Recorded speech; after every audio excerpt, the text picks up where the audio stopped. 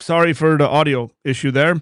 The reason for that is because last time when we went live, it just recognized it, but this time it didn't. I did update the software right before.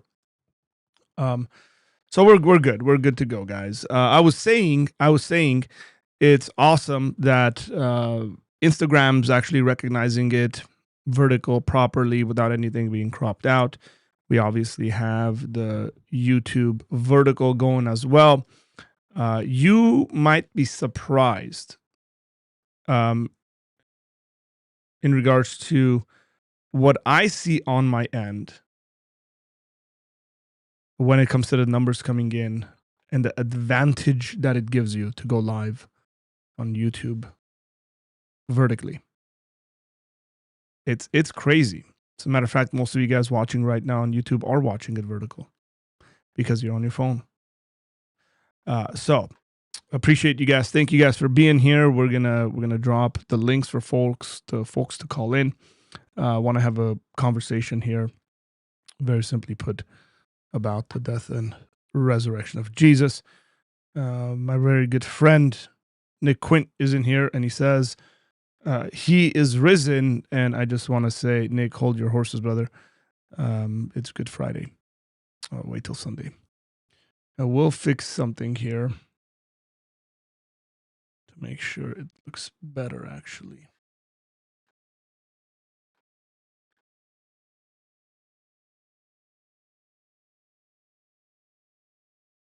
So drop a comment. Tell us how you're doing, what's going on.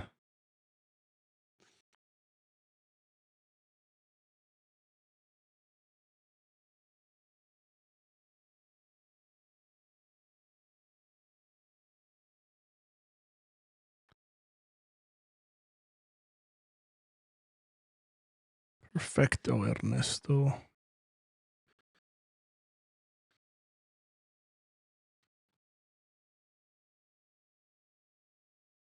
Live tinkering going on here, folks. Live tinkering going on. I have all my lights on. Feels kind of darker in here. I know what lights I don't have on.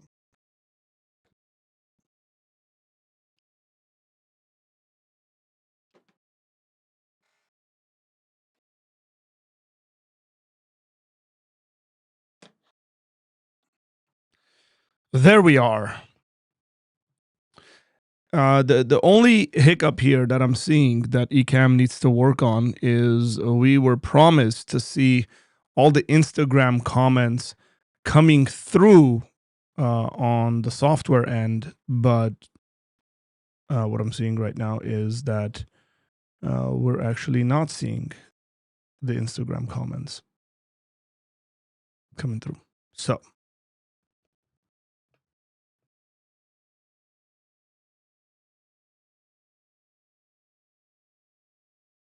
Instagram, yeah, folks are commenting on Instagram, and I got you. I'm monitoring you, so I see your comments here on Instagram, folks. So don't worry. We will respond to those comments coming in.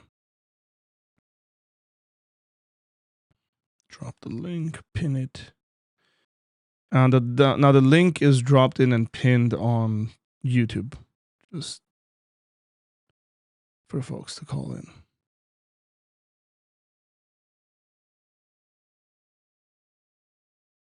Let me see if I can drop it on.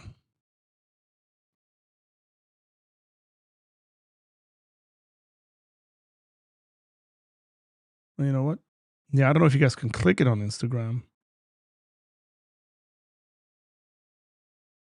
but I just dropped it. Hey, folks! Thanks for being here. Hey, we just hit 3,000 followers on Instagram, which is big shout out to you guys. Thanks for supporting, being there, always interacting and connecting with us. So those are pinned. Let me just jump in and say hi to y'all. Where's the new intro music? We are not launching the new intro music just yet. There might be some that's an option, and there might be some others. So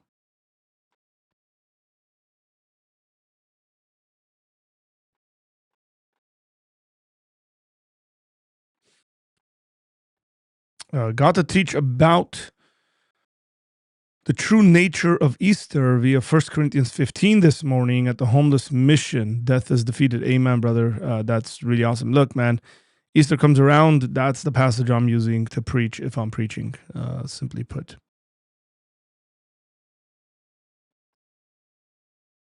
I was over the vertical stream and I couldn't see Nick's comments from there. Yeah, well, it's not gonna come in there from there unless I post it.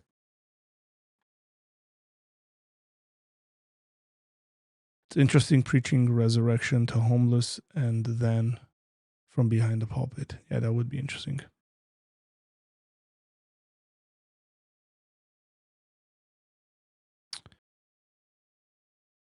May God be glorified in this visit. I'm not going to get into details, but may God be glorified. And I just remembered you had messaged me and I haven't responded to you, brother. I'm sorry for that. I will respond to you.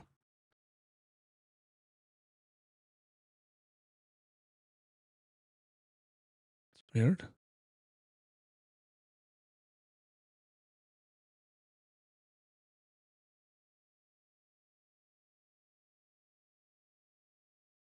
Instagram looks frozen to me.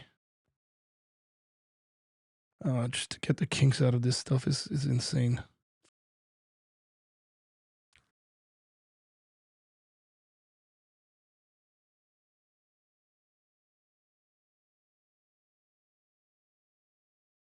You know, I really don't like it that I can't use my phone to watch my own stream on Instagram. It's so weird. Strange things.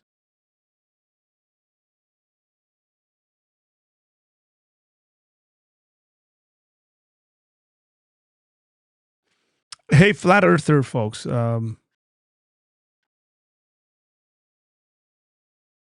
you guys see the new pictures that are dropping from our astronauts? Or are you guys gonna come some excuses and talk about? Oh no, that's all AI generated and all that nonsense. Can't trust NASA. They're in on it. They're working with the devil.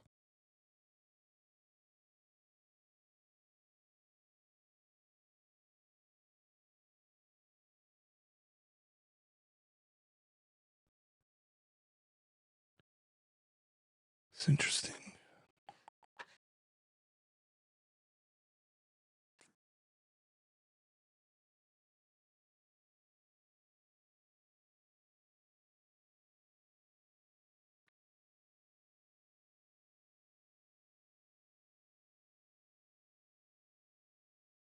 Not frozen, guys. Not frozen. Just trying to check on some stuff. What I'm particularly trying to check up on is so I'm not frozen. So, but these guys are so bad. Hey, I'm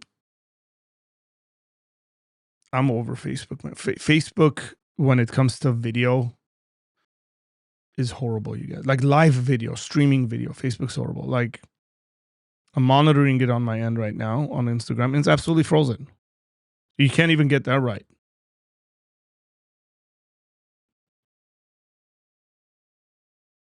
And one of the things that they can't get right is for some reason they get they're on their end because my Facebook page is connected with my Instagram page is when I generate a Facebook live along with this whole thing, it gets super confusing, gives me errors and can't do it.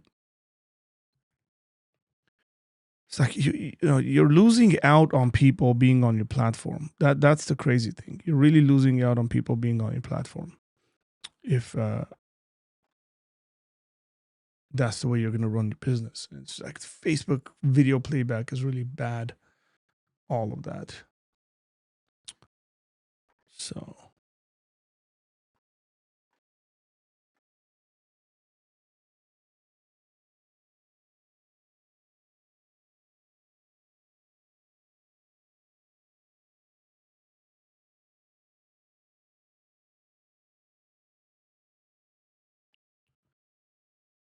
Okay, if people call in, then we will properly have the video set up. Okay, we're back at it, yo. Hey, let me ask you guys a question, and maybe in the comment section, you guys can share your thoughts here. What sort of conversations are you getting into around this time period? I mean, today's Good Friday, guys. Today's the day Jesus was crucified, somber, uh, and we yesterday was the day he was betrayed. So it's called Maundy Thursday, and I would look forward to Easter. But in your interaction with people who might not be believers, might not be Christians, what sort of you know conversations are you getting into? What are people asking and wanting to know about your faith?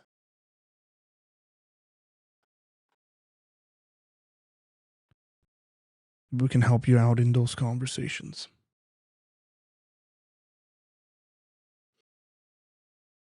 So okay, Instagram's good. It's functioning.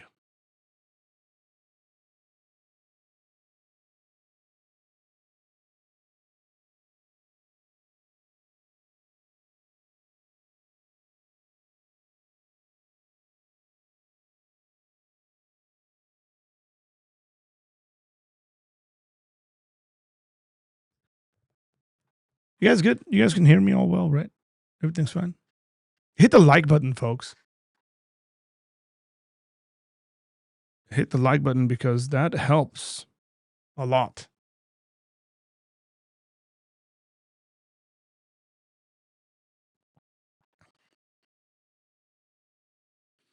Trying to call in, but can't get the site to recognize my connection / permission. Keeps asking for access to camera and mic, but I've already given access to the browser Chrome.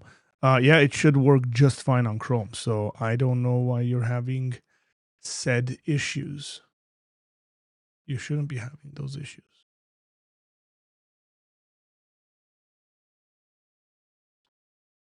Might be just your own camera issues. Or not camera, like your own computer issues.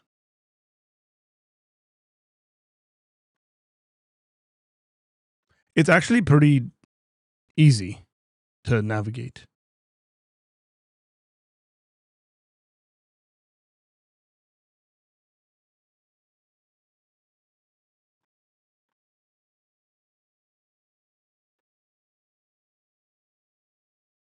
Maybe Nick can call in and tell us what he spoke about as well. I will, when people call in, and if we have multiple people calling in, you guys are going to have to wait because I'm going to only bring on one person at a time.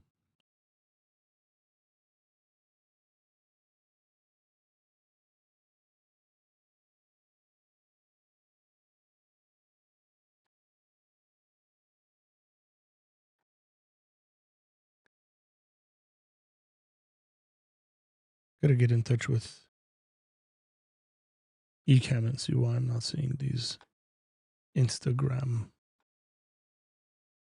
comments coming through.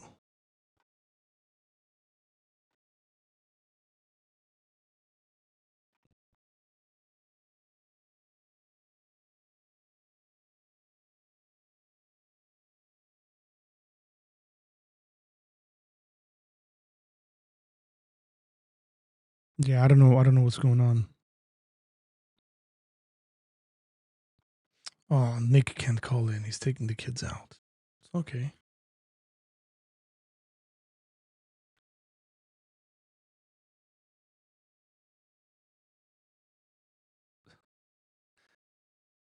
I don't have anything interesting to talk about. Yeah, I mean, my question stands. Are you guys not getting into conversations about this sort of stuff? Look, Easter is arguably the greatest holiday in the Christian calendar. Easter is more important than Christmas. Easter is more important than Christmas. I will die on that. Without Easter, Christmas doesn't make any sense. If Easter didn't happen, if the resurrection of Jesus did not happen, then the birth of Jesus is just like any other birth. It is the resurrection of Jesus, the death, burial, and resurrection of Jesus. That is the foundation of the Christian faith, not the birth of Jesus. And that's what scripture says. Just putting that to your attention. Just in case some people might forget that, So let's see, let me put this up. Carl Olson says, but I'll ask for the audience. Do you take non believers with challenging topics like debate style, but not adversarial or anything like that? I'll let the chat answer that. Hey, chat, can you guys answer Carl's question? Carlson's question. Can you guys help him out? Do I take on non-believers on challenging topics?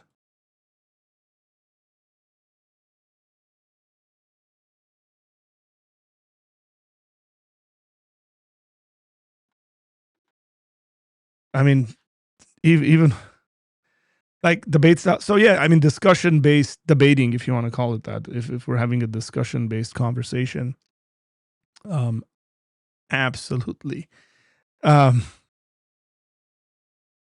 Nick says, Arthur loves the echo chamber. Yeah, can't get enough of it. I love the echo chamber.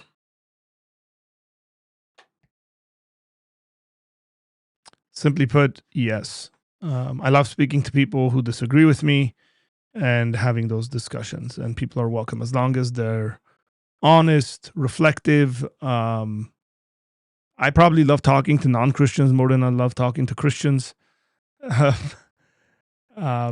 That has its place, let's put it that way. And yeah, I mean, if the dialogue is good, we're respecting one another, we're trying to get at truth. Yeah, if people want to set up debates and all that stuff, I'm not sure how I feel about that. But in regards to actually give and take, more than welcome. Come on here and challenge me, challenge our audience. That'd be awesome.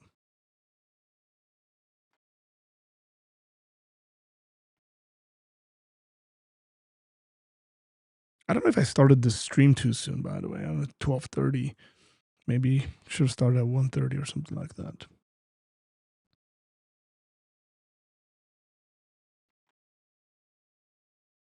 One of the things here, Carl, is one of the things is that I have no issues with accepting that there are things I don't know, accepting when I'm wrong, saying that I'm wrong, and so whenever I talk to people who are non-believers and they make points, I don't go out of my way to prove that I know more than them or something like that. I'll just simply say that's a good point, man. I didn't think about that. Or I don't know that, or here are some of my thoughts on this issue. Have you thought about this? And that leads to really good conversations. I should say there are bad actors out there. Obviously, I've been invited to go on some pretty decent platforms, and I've rejected them. I mean, I haven't even rejected. I just didn't respond to them because I didn't think that the people. Well, I've seen what the people do, and I was like, I'm not interested in that. Simply put. Hey, Alexandra Collins, how you doing?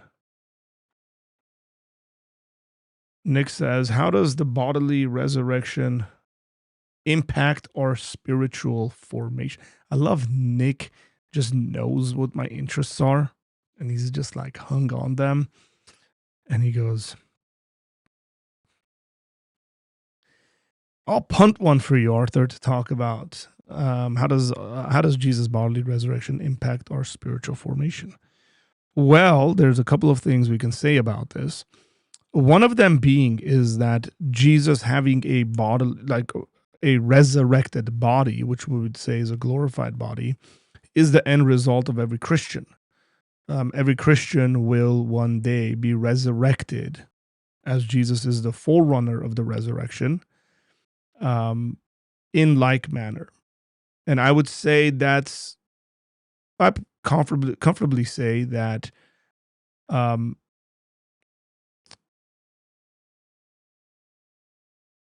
that's the end goal.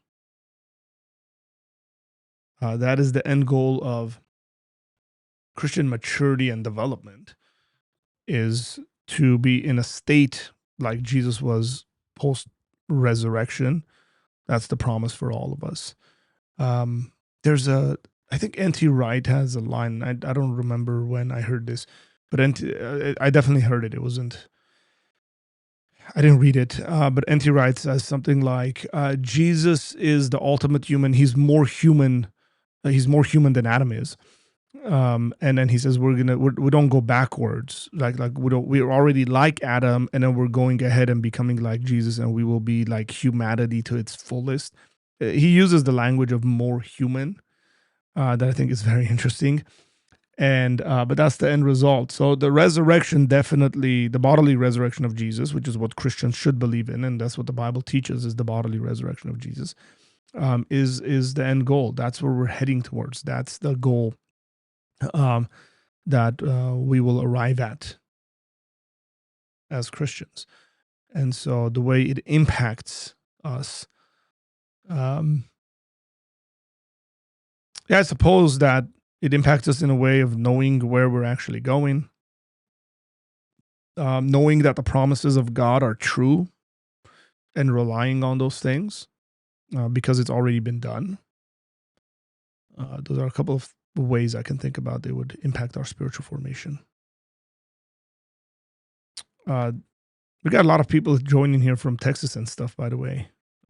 So what's up? What's up, y'all? Should should all Christians be trained in apologetics? Well, let's see what the Bible says instead of kind of what Arthur says. Okay, let's pull up the Bible, man. And I think your question's a bit different, but I want to make a point here.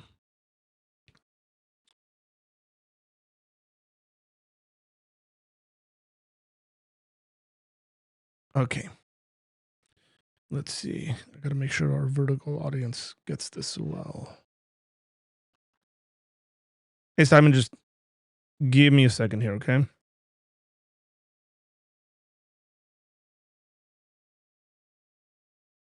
Okay, here is what, as they're doing this, I'm multitasking like crazy here, man. Let's go. That's custom.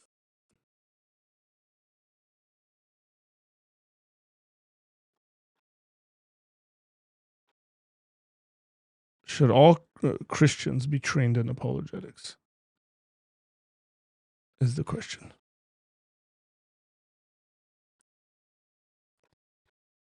So here's what it says. But in your hearts, honor Christ the Lord as holy, always being prepared.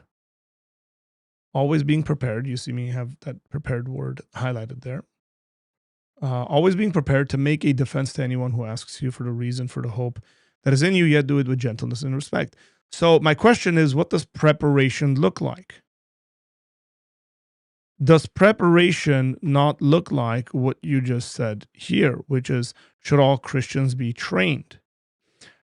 Is it not the case that training leads to being prepared? And so, should all Christians be trained in apologetics? Yes. I'm saying that to say all Christians should be trained to be able to give a defense for the hope that is in them. What that training and preparation looks like differs. So if by that you mean apologetics of a certain sort that we see, or if you mean like everybody should go to school, obviously I'm going to say no to those things. But there's definitely should be preparation and training that is happening. That's for sure should be happening. And we shouldn't be lazy about that. So should all Christians be trained? Yes, yes. If you have a backup question to that, let me know. Hey, Simon, when you're ready, please have a seat and give me a thumbs up, and then we'll get at it. I'll bring you in.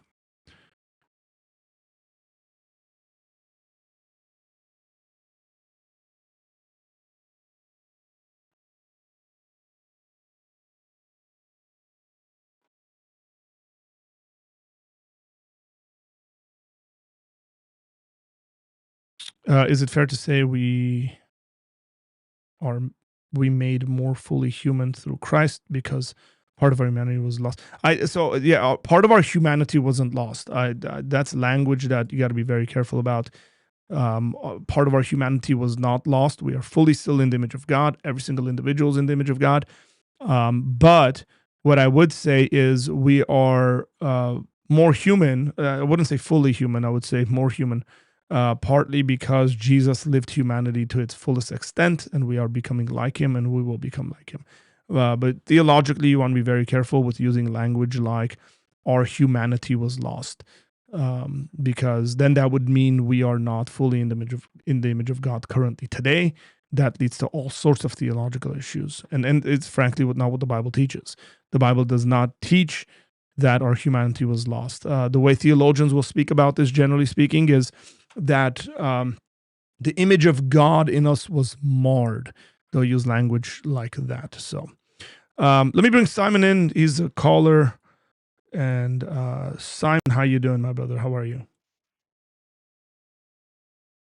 I cannot hear you.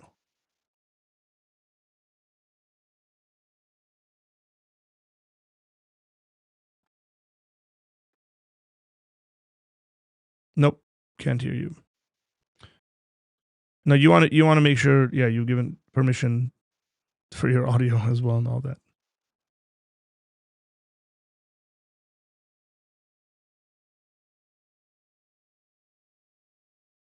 Maybe, yeah, I don't know if you're using a Mac or a PC, but if maybe going into your output, making sure your headphone is what you have. No? Yep, there we are. Oh, okay. Yep. We're all figuring stuff out, bro. We're all figuring stuff out. Sorry, do you know about how much of a delay it is? I'm just curious because don't worry about the delay you see on your end. Just don't worry about that. All right, that's fair. Yeah, just forget the YouTube stuff. Just talk to me on the eCam call in that you've called in. Everything should be fine. Oh no, that's not the one I'm referring to. I meant just between you and me. But it feels like a phone call right now, so yes. I can work with that as well. Yeah, should be fine. Big props on your beard, my friend. Thank you. One of the guys says here, I'm jealous of Simon's beard.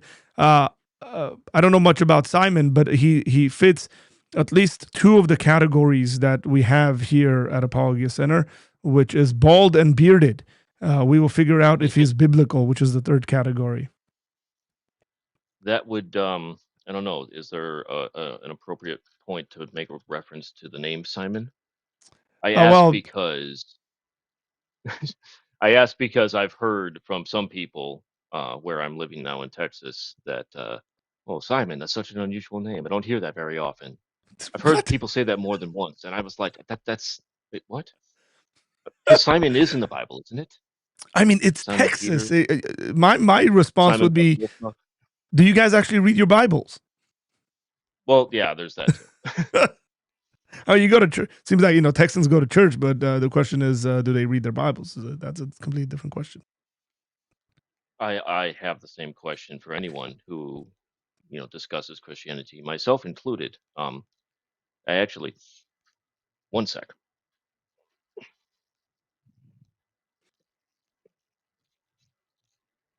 He's got the Net Bible in hand, ladies and gentlemen. Come on now. Yes, sir. No, I'm just bragging. I just picked it up recently. I literally like opened it up to the first page the other day, and it's amazing because the first page is like 5 verses, 6 verses, some not even. It's like two, three Just word verses. study notes. First page is 3 verses because the entire page is small text explaining almost every single word. Yeah, It's fascinating, that's actually my church Bible. That's what I take to church on Sundays with me. right? It's yeah, it's such an interesting thing. So hey, I'm sorry. I don't think I called your name at all. I Arthur, just jumped on Arthur. so My name's Arthur. Arthur. Arthur, nice to meet you. Me too. Arthur, I'm just Yeah, I'm glad nobody will yeah. say that's an Oh. unusual name. Where did that come from? Yeah, no, some people, man. Some people, I tell you.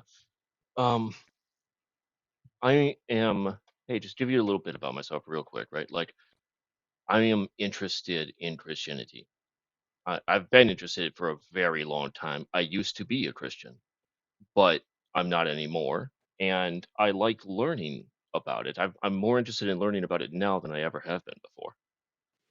So, like Unfortunately, I find it when you very say I difficult. used to be a Christian, can you give me a Oh couple, yeah, like just some details on, like, you grew up in a Christian home, you believe grew this, up in like a Christian what? home. Accepted God as my Lord and Savior, personal Jesus Christ, my own personal Jesus, all that stuff. 5 years old, yeah, something like that. Okay, Um, there was at least one second confession and acceptance that I can remember in my life in my lifetime too. Um, so grew up in the church. Baptized, yes, grew up in a church, evangelical free is what we called Okay, it, but it was yep, really yep. just a splinter of the evangelical movement. So Well, yeah, evangelical free is a denomination. It's a loose denomination, EV free. yes, But thank yeah, you. That's I think that's more what I meant. That because if I understand correctly, there are like denominations in the sense of how do I put it? Like this one denomination is this is the church's position, and all of the other branches are the church. You do not yes. you know what I'm saying? Like, but the evangelical denomination is honestly much more loose and So down to so like yeah, individual for folks that pastors might not know clustering. about this, let me just give it a little. So you have denominations that are very particular about things that you believe, that you got to confess in order to be part of that denomination. The evangelical free denomination, which is shortened EV free, actually gives you a pretty broad, confessional point, to be a part of their denomination.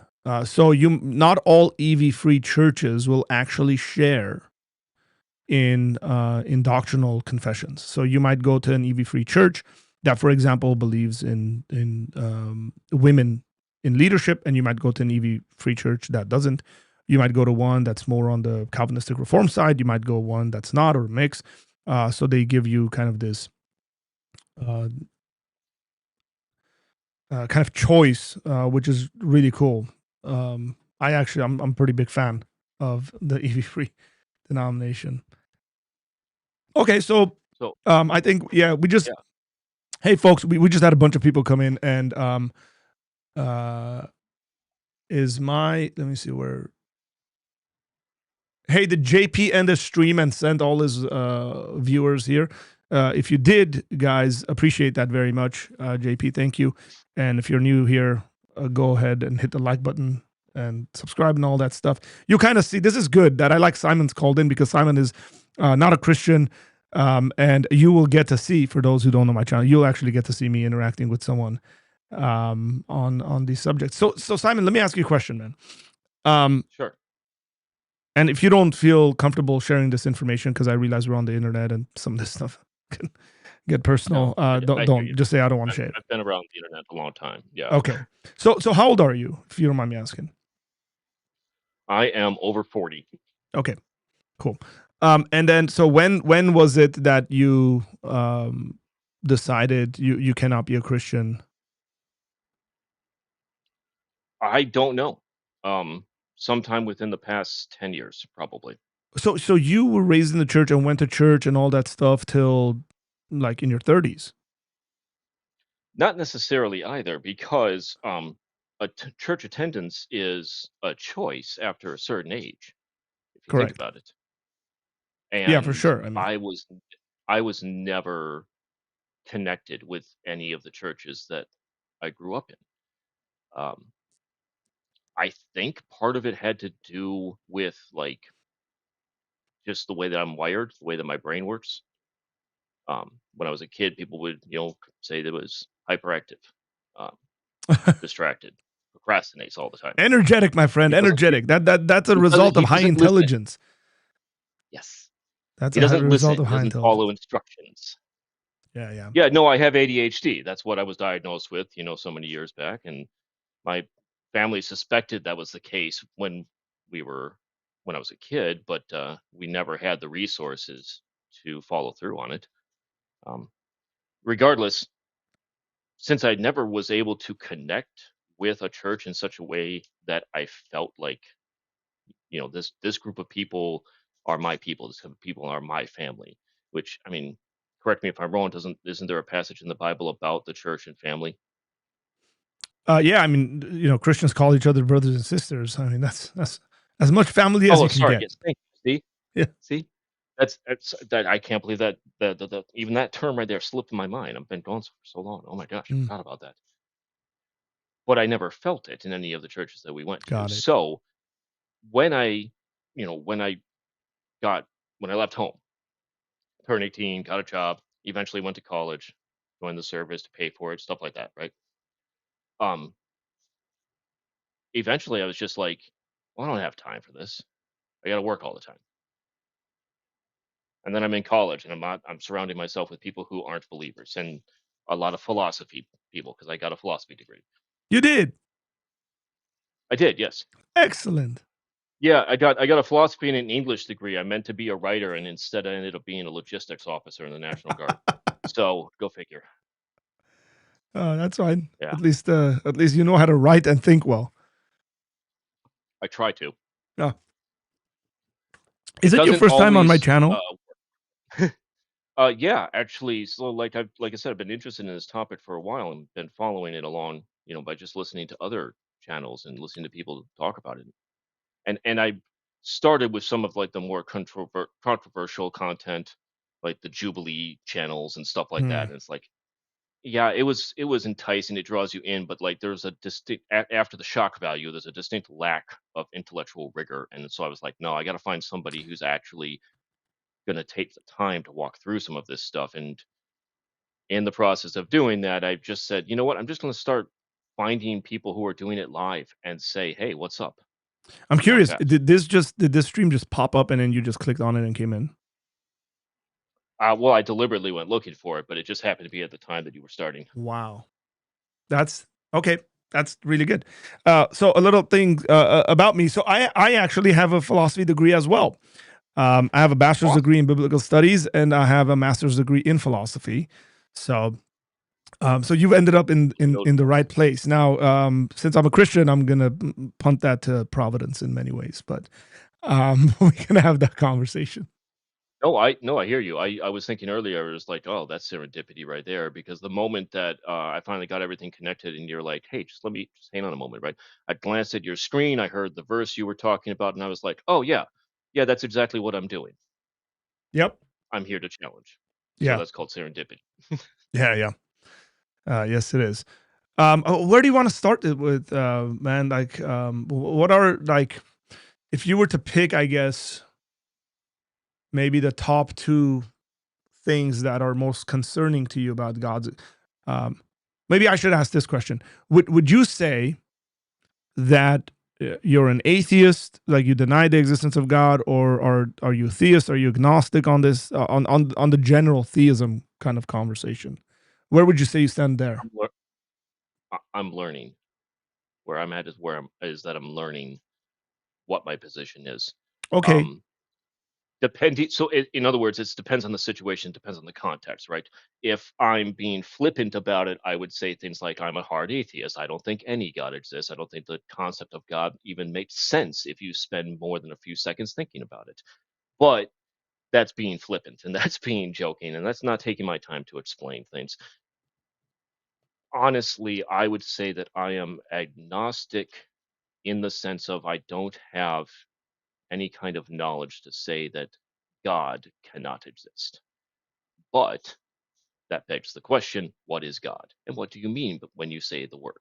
So, um, I just mean broad umbrella, God, whatever you want to call it. I can't say that I can prove it doesn't exist. I don't think that's even possible.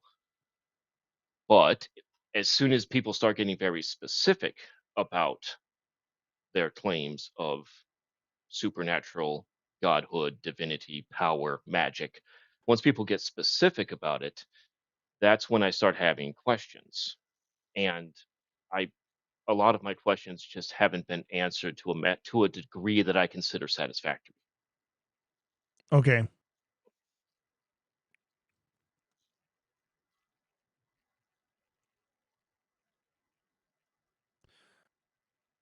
Okay. Um, why And, why don't we and start there? to Because to I think that's a decent place to start.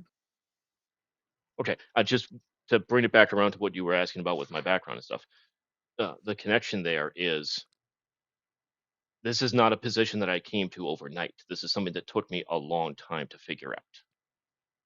So there wasn't a point at which I went, "Oh my gosh, God isn't real." There was a point at which I went, I don't think God is real. And then there was a point when I said, "Yeah, that God over there, that's definitely not real." And eventually, I'm now at the point where I don't know that it's even possible, and I haven't heard anyone give me a good defense yet. I really want to hear a good defense of God, Okay. Yeah.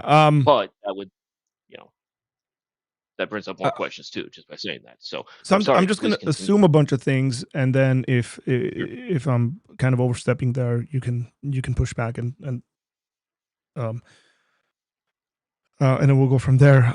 What are your thoughts on cosmological arguments, contingency arguments in regards to the universe, kind of ultimate origins questions, where the theistic position is that God brought all of these into existence?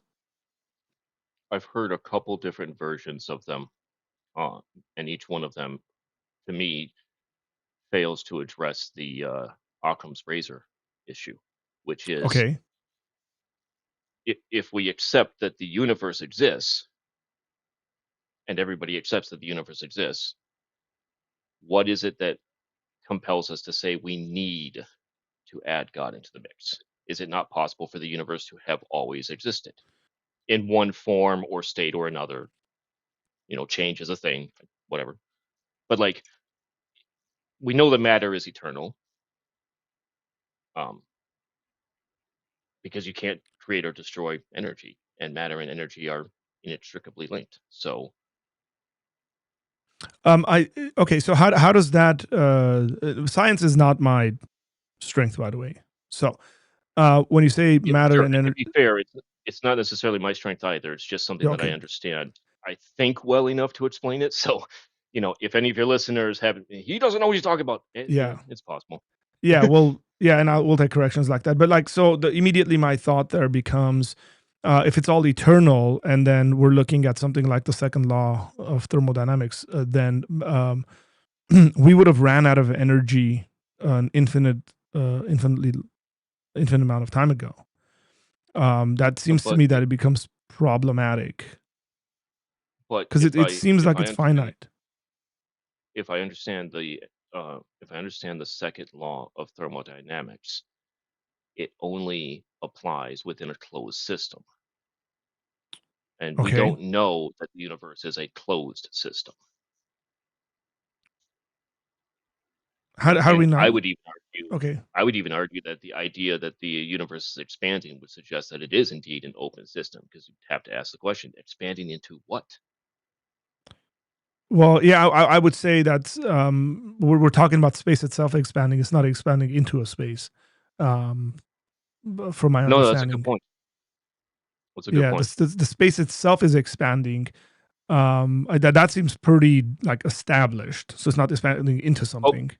It's but we obviously could expanding. still point, but we could also point out though that because of the constraint on speed and time, speed of light, because of the constraint of speed of light, that means that there could be something beyond the edge of our known universe. Okay. Yeah. I mean, sure. See, see, I see, that's the if thing. That's we the thing. That's the thing. What's so difficult about this stuff is because, like, I know little bits and pieces, right? And I start making all these connections, and then it starts all over the place. You know? Yeah, why don't we think about this a bit more philosophically because both of us I Okay. think will probably feel a lot more comfortable thinking in those areas. Sure. Uh, eh, so my thought immediately becomes something like um, the idea. I don't know. Again, if you're not familiar with these, let me know. But like the Mhm. idea of like uh, traversing actual infinites. So if we go back in time, if the universe is eternal, which again, like modern Sure. scientific data and the modern position within the scientific realm. Now, this doesn't mean it's true. We're just it is that the universe had a beginning. That's the consensus view amongst believers and unbelievers. And I would push back on that consensus view for two things. Okay. One, technically, consensus can be wrong. Mm-hmm. So I'm not saying that they are, Yeah, and no, I no, don't want to put myself. that's Yeah, absolutely fair because obviously 100 years ago the consensus was that we have an eternal universe, and it was wrong, according to the modern consensus. well, and 200 years ago, the consensus was that the miasma theory of disease was the best way to explain why we got sick.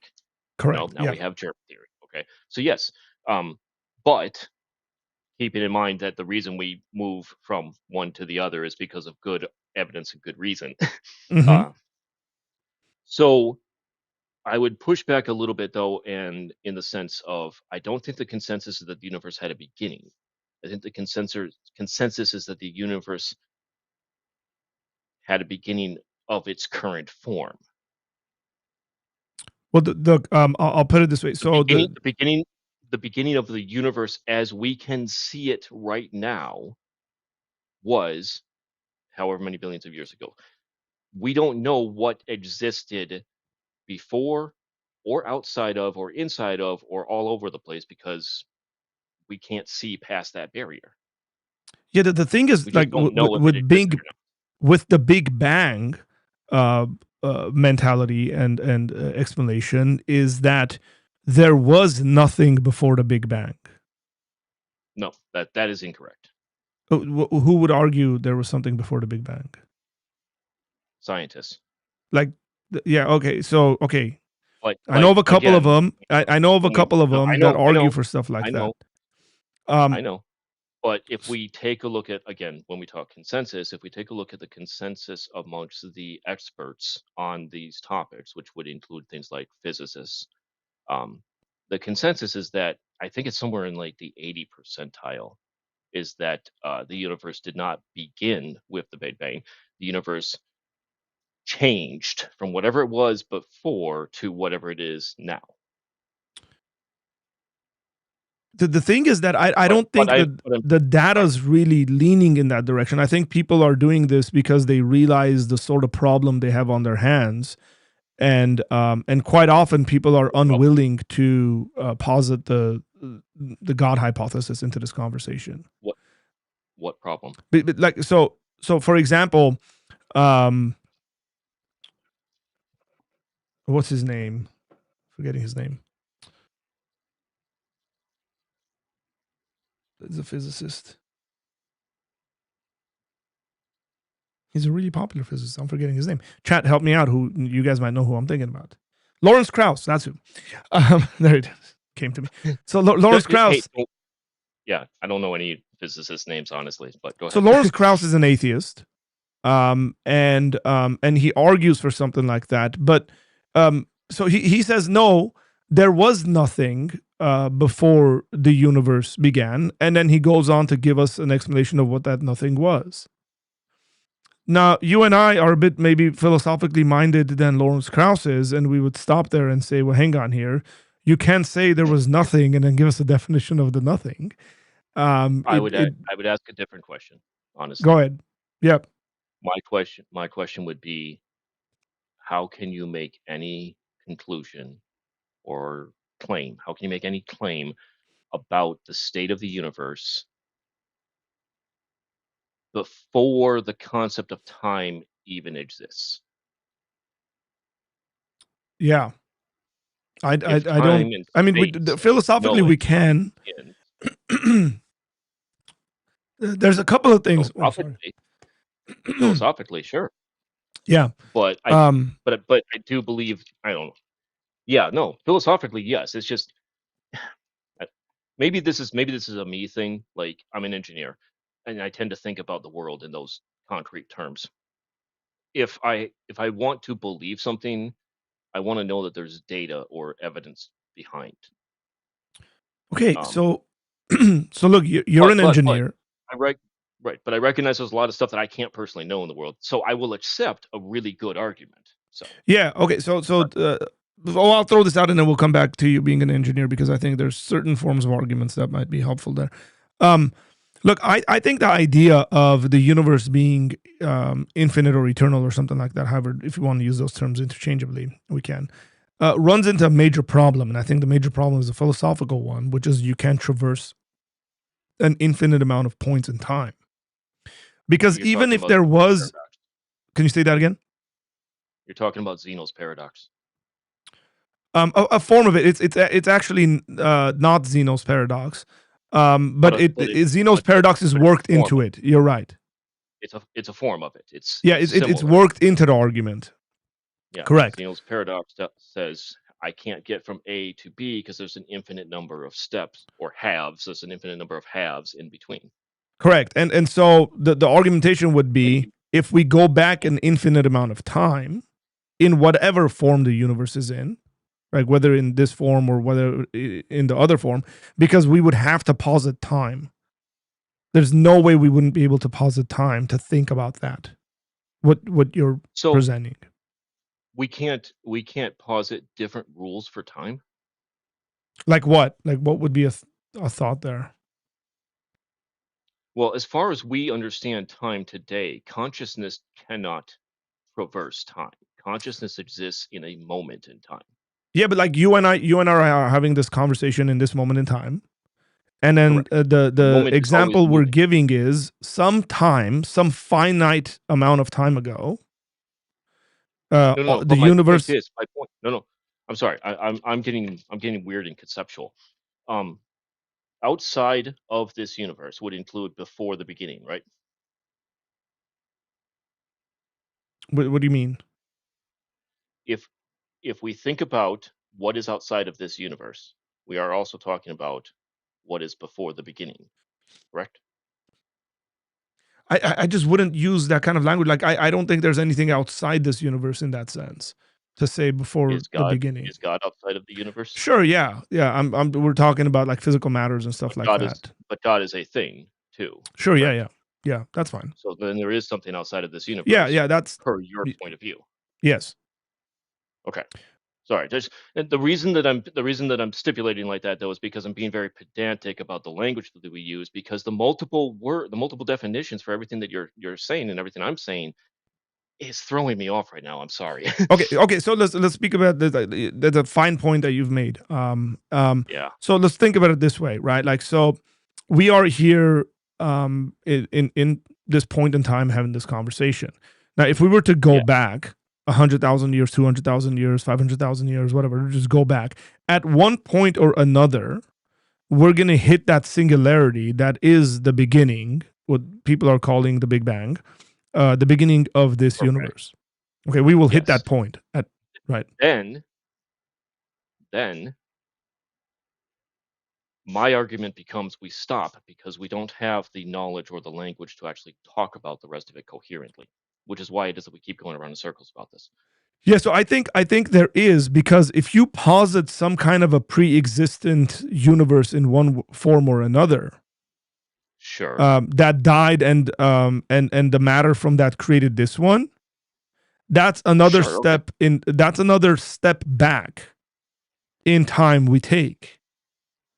Except except that outside of this universe, before time as we know it started, what if the rules of time were different? Okay, like, would they be different in regards to like backward movement, forward movement? What our I don't know. understanding of time, which I just know that if it was different, that means that anything that you have, or hmm, what I'm saying is that if the rules of time were different, then an objection that's based in how we understand time today, rules of time were different. I don't know. yeah, like I get what you're doing, and I enjoy doing In that other words, quite a bit as well too. sorry, Um, sorry. In other words, what I'm trying to say is that like I can look at your argument from one perspective, which is it's a Zeno's paradox argument, which is you it- if if you can cut a length in half an infinite number of times, that means that you could never step from point A to point B. correct. The problem there, though, is that cutting a length in half an infinite number of times is math. Taking a step is not math. It's the physical body taking a step.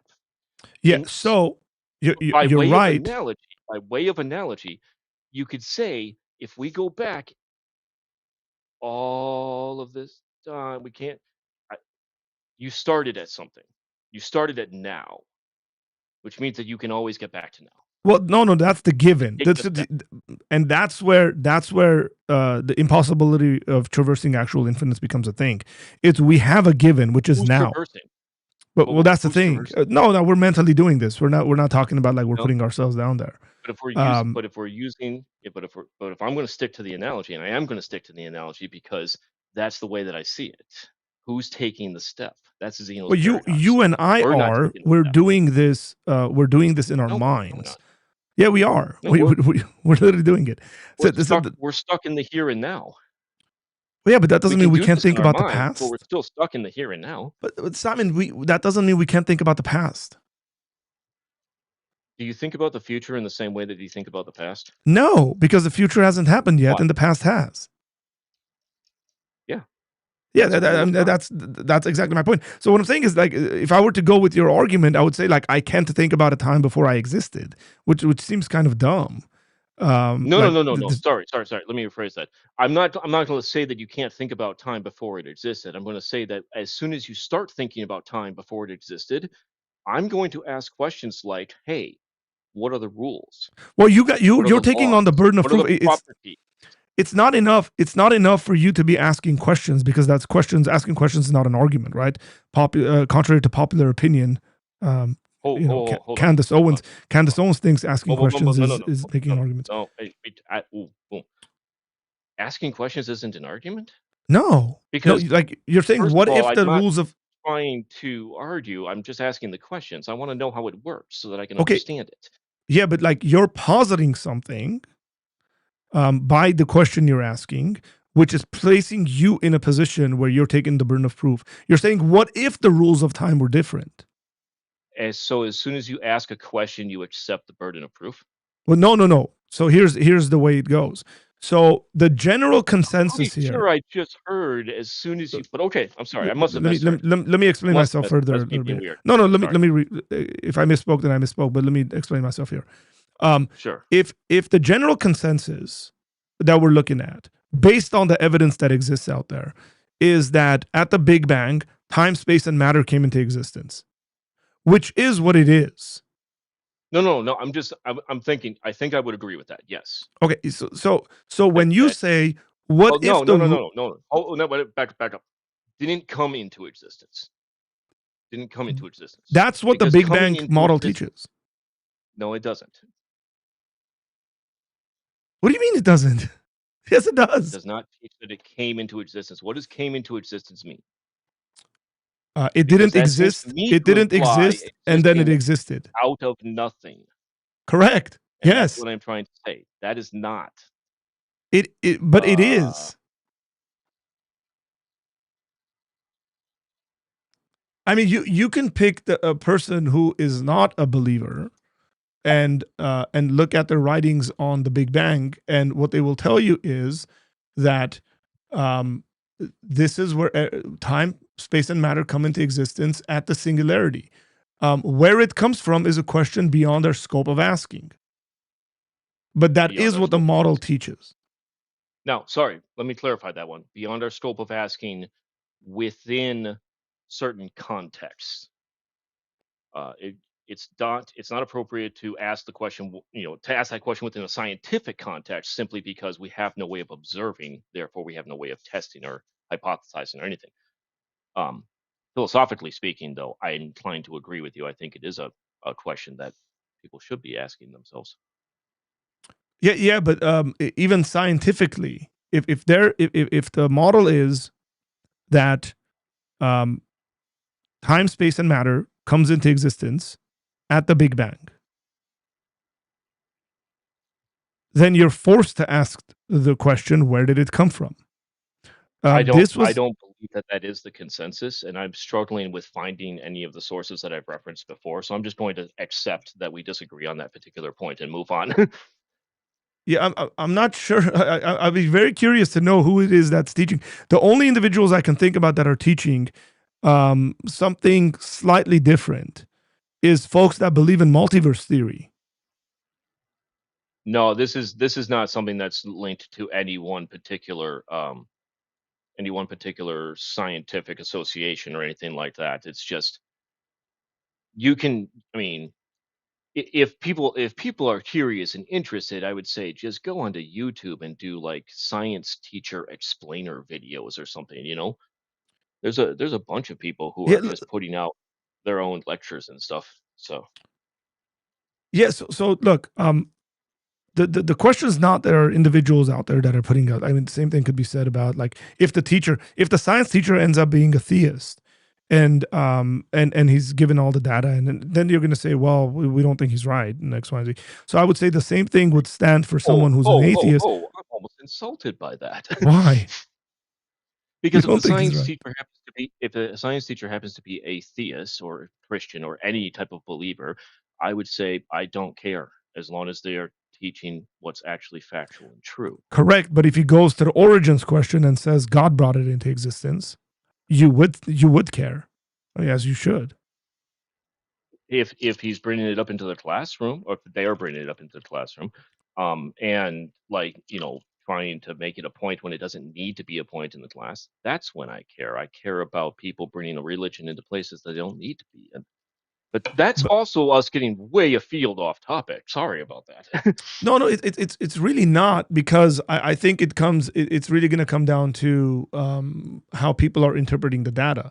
I mean, when the Big Bang model was developed in the early to mid 1900s, the natural question that came up for the scientists of the time who believed in an infinite universe or an eternal universe was, we're we're seriously at a crossroads to think about the origins question again, and a lot of them had issues with this. A lot of them had Yes, and philosophical that's and theological issues with and it. that's a lot of scientists having serious concerns about an upheaval to their worldview over 100 years ago. Correct. I recognize, but over 100 years ago, the cutoff for history, I think, is somewhere around 50 years. So if something is like past 50 years in the past, historians start talking about it like it's history. You're referencing near history. I recognize that that was a thing, but I don't accept that that is still an issue amongst the scientific Well, community. what's My changed? understanding is that the consensus among scientists is that the universe did not begin at the Big Bang. The consensus is that the universe took on the form that it is now. Energy is eternal. We know that.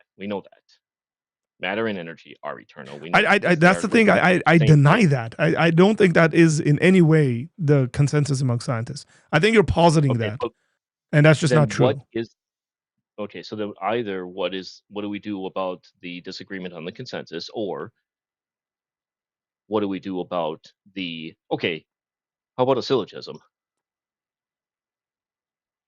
Do some formal logic or something like that. Does that work? Yeah, but no, no, it doesn't, because let's stick to the conversation. If that is not the consensus, then you're positing something into the consensus that doesn't exist. Like, people don't believe that. No, I don't need the consensus of scientists of the scientific body in order to make an argument for matter and energy are eternal. Or sorry, that matter and energy are eternal, therefore the universe has always existed. I can put that in a logical, formalized logical form. Syllogism, Okay, go for it. syllogism format or something like that. Premise one, Hmm. matter and energy are eternal. Okay. Sorry, do you just want me to Okay, present it as is, or do you want me to elaborate on each point? no, no, just give me the syllogism. Okay, Premise one. okay. Premise one is that matter and energy are eternal.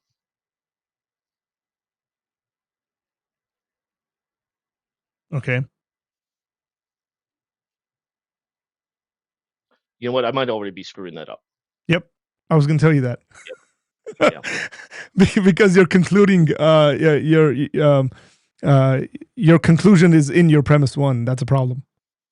Exactly. Exactly. I'm Yeah. like, wait a minute. I got to break that up into smaller chunks. I got to Yeah. I mean, that should be your conclusion. Okay. Okay. So then, how do I know that? Is that what we're saying? Well, How yeah. do I I mean, if we're gonna know get to that? matter and energy are eternal, if that's gonna be your conclusion, um, then you got to give me at least two premises that lead there. I don't know how you're going to do this philosophically, but I'm curious. Law of conservation of mass and okay. Sorry. Full disclosure. Yes, I'm just doing a Google search and grabbing some information. If I That, disagree with something that I brother, read that's here, I will completely let fine. you I know. mean, you can have Chat GPT open. I mean, that we're learning. No, I'm just You and saying. I, I've been on the we're if we were having a yeah. formal debate, I'd be like, "Hey, man, why do you have Google open in a formal debate?" We're not. We're having a conversation, and both of us have accepted when this conversation got going, just for our audience. Because look, I love it because the audience is like peeking into a conversation we're having as though you and I were grabbing a beer together and talking. Um, and they're really seeing the way I have conversations with people, at least. Um, and we've both accepted from the get go that science is not necessarily our strongest um, field, but Pretty sure that what I'm looking at here is a Wikipedia summary. I will definitely double check to make sure that I find an article or a proper citation of some kind. But that's the reason I'm speculating all of this is because I know the internet is full of bad actors and stuff, yes. right? So, um, matter and energy considered eternal in a sense, but in a scientific context, right? The law of conservation of mass energy dictates that they cannot be created or destroyed, only transformed. So we are referencing the W- law of conservation of since mass the energy. Big That is a Bang. scientific law. But that's the thing. It's since the Big Bang.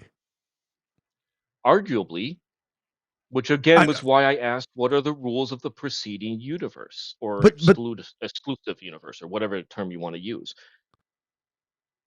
yeah, In other again, words, this is where I'm in other saying words, you're taking on Arthur, a burden Arthur, there. You in other there's a words, little switch that you're Arthur, taking on a burden. Arthur, in other words, do you understand why it is that using philosophy to try to answer this question is so frustrating and challenging? Um, You no, can't because stop me from asking. You can't stop me from asking those questions. You can say it's a burden of proof, and I'm like, I don't care, man. I think you're just trying to avoid answering the question. but I'm not. I like. It's not that I have to answer this question. You're talking. You're making an argument from silence, and then you want me to respond to your argument from silence. And my response is, I am making the argument that in order to give you the kind of response that I feel would actually satisfy the question I think you're asking, I would need a lifetime because I got to write a book. It's too complicated. And the reason it's too complicated is because I don't know what the rules of the exclusive or preceding universe are. If I look, don't know what those rules are, then I don't know how it could relate to our universe. okay, I don't like analogies, and my viewers know this, but I'm going to Mm, use an analogy here. Okay, I don't like them I don't know. either. I don't know if Please you're do. married or not. You don't like. What did you say? Divorced. Divorced. Oh, yeah, Well, I no, I was was gonna married. say I meant something about analogies. You said something. I didn't catch that. I don't like analogies either. Yeah, I it's a tend to very it's simple. a philosophical thing, bro. It's a Thank you. philosophical It thing. Yeah. is. It really So, is. Yeah. so I don't like them. But the reason why I brought up marriage and stuff like that. Imagine a guy that is about to get married, right? And is asking certain Okay. questions about his potential wife. And then he goes into asking questions that are out of silence.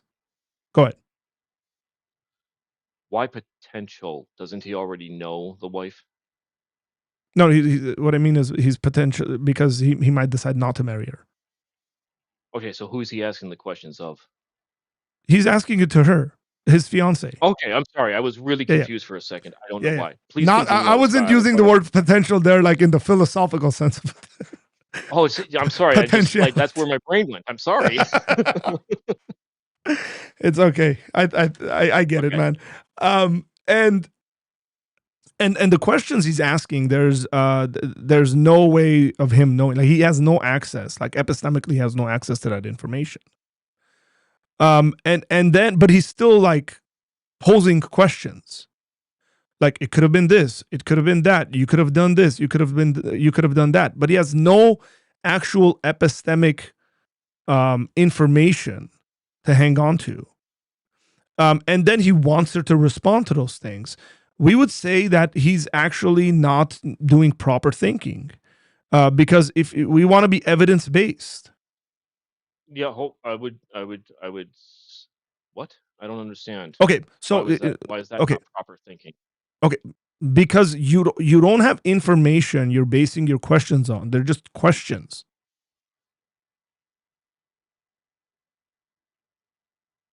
The Okay. question is not the questions are So not then what I would say so well then we informed shouldn't questions. be so then we It's shouldn't even be asking the question because there's no information for us to base our answers upon. I mean you can Is that what you're trying develop to say? you could develop no I mean Is that what you're trying to say? no you could ask the question but the question doesn't have the power that you might think it does. Okay. So here's a different way of looking at it. And I struggle with this because I really want to phrase it as a question, but given the subject of the conversation at the moment, that feels like that would just end up being attacked again. No, go for it. Look, that's not the point. I would just No. I'm look. sorry. I'm being facetious, man. I tried Simon, to make that as a I'm high having a level joke. conversation with you. I'm having a conversation with you the way I would have a conversation with any of my friends, any of my brothers. Okay? Like, No, I get that. I get that. I'm just sorry. My brain is all over the place at the moment. So let me think about that for just a second. Let's back that up. Say what you said again. Whatever. What's the point you're trying to make at the moment? the Say point it is, you're again so I saying, can focus. okay, the data we have on our hands is leading Uh-huh. to the Big Bang. The ideas we have about time, matter, and space are dependent on the Big Bang. Our understanding, our they are dependent on our understanding of W- the universe. But yes, w- I would agree. I don't know that I would agree that they're absolutely dependent. I would say there's a relationship, but I agree that there is a very strong relationship. well, if If the conditions of the Big Bang changed or something like that, if a stable universe still formed, we could have different rules, we could have different laws, we could have all yeah, I got that. yeah, so Is that but okay? you're not asking questions of like within this universe because of the Big Bang. Right, You're asking right. questions of a potentiality of something that could have existed before where all the rules were different. So which I'm so is that good or bad that I'm So asking here's questions what I say. that I'm It's asking such difficult questions? No, it's neither good nor bad. That's part of it. I think it's neither good nor bad, but I'm not understanding why it's a problem. okay. So it's Because in my mind, no, sorry, Arthur, where I'm going with this is I'm pretty sure that what you're saying is that I shouldn't be asking questions about what came before the universe even began. that's not what I'm saying. Because that sounds very much like the same type of question that you're criticizing. No, that's not what I'm saying. Okay. So what's the difference between those two questions? Okay. So the what I'm saying is you're asking questions that are potentially could have been different, right? In this other universe and stuff like that. But you don't have data that suggests there was this other universe before our universe. Correct. I also As don't a matter have of fact, data the that data's suggests that there was anything outside of our universe because I don't have access to anything outside of our yeah, the universe. data is stacked against you in order is what I'm saying. Now we can ask that, like for I would example, disagree on that piece. so let me draw this connection here. Um, since we've both studied philosophy, we've both dealt with brain in the vat arguments and stuff like that, right? Okay, yeah, Um, yeah, no, brain in the yeah, vat stuff's great. I yeah. love that It's like argument. we can develop brain in the vat arguments, and people have for such a long time. Yeah, But like like we The really Matrix. don't have It's one of the data. greatest movies ever. I agree with you. We really don't have data that is suggesting. Now, if we had more data, then okay, then the question that we're asking about our reality would be a lot stronger. It's not that I'm not saying you shouldn't ask the I think question. I'm so confused though because I don't understand why you're applying a term like strong to describe the act of asking a question. Why am I What do you mean applying by the word strong strong? questions? What do you mean by strong question? Yeah, questions that are backed with evidences in order for you to be asking those questions. That makes absolutely no sense. Okay, I'll give you. I guess I'm man. No, no, no, no, no, no, Some of no. these guys, by the I'm way, not. some of my No, I don't want. No, I absolutely do not want an example though, because I can tell you right off the bat that that is a stupid look, position to look hold. if I Unless I've misunderstood what you I, just I I said. think you have, but here's what What I you mean. just said was what Let you me give you an just said example. was I should not question anything unless I have a good reason to question. Yes, yes. That is normal Ah, thinking. ah, Look. If I just okay. suspected my wife of cheating on That is me, authoritarian thinking. it's not. It's not. It's Yes, it not. is. It is Yes, it is. absolutely not.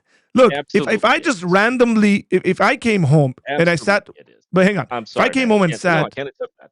Simon, just hang on. If I came home I can't and I accept sat that.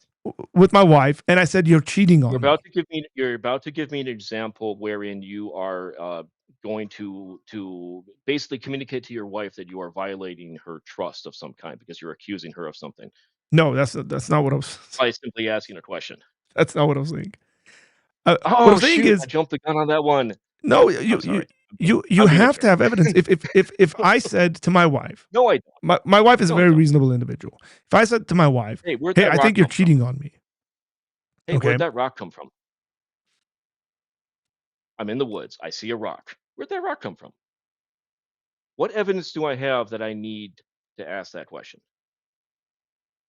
yeah, you're changing it up because that's not what we're asking. No, we are asking questions. You're talking about a very specific type of Okay, question that you don't no, like me asking. because the You universe don't is like me not just asking a that rock question being because it there. makes it very you don't like me asking that question because it makes No, it very difficult brother, to I have engage no with the problems with you topic. asking the questions. What Then I'm the question challenging, and is, I think what are what the you're rules? having a hard The time with, question the question is, what are the rules of the hypothetical whatever that existed outside of our universe? Simon. The look, I don't You care don't have whether anything to work you and with. I can sit here, and we probably could, by the way. But, Yeah, I know. I know. I hear you. If you want to move on to a different one, we can. no, no, no. Bi- Just bi- I really want to make my if I point here because I don't think I've been able to. Oh, okay. My apologies. My Yeah. apologies. So let's just go with your rock in the forest conversation. We're not saying where Sure. did this rock come from in this forest. We're saying where the heck did the forest come from? That's the question we're asking. And the forest No, is extremely Arthur, complex in this situation. please. I understand the question of the cosmological argument. Yes, but I too asked the question. I too asked the question. Where did the universe come from? I'm simply, uh, I simply accept the answer that it was probably always here in one form or another that is not where the data is leading to. The data does not because lead people sitting there we have a scientific law that says you cannot create or destroy energy. within this closed system, In and you're denying the the closed universe is system. not the closed system. You're You don't denying, know that the universe. Yes, I'm denying this closed system. I don't okay, know without that the any universe is evidence. a closed system. Without any evidence. What? What evidence do we have that the universe is a closed system? Because of the universe functions based on the laws that we have within it, that's come out of the Big The universe Bang. expanding? Is the universe expanding? Yes, Expanding into what? that's an illogical question to ask Why?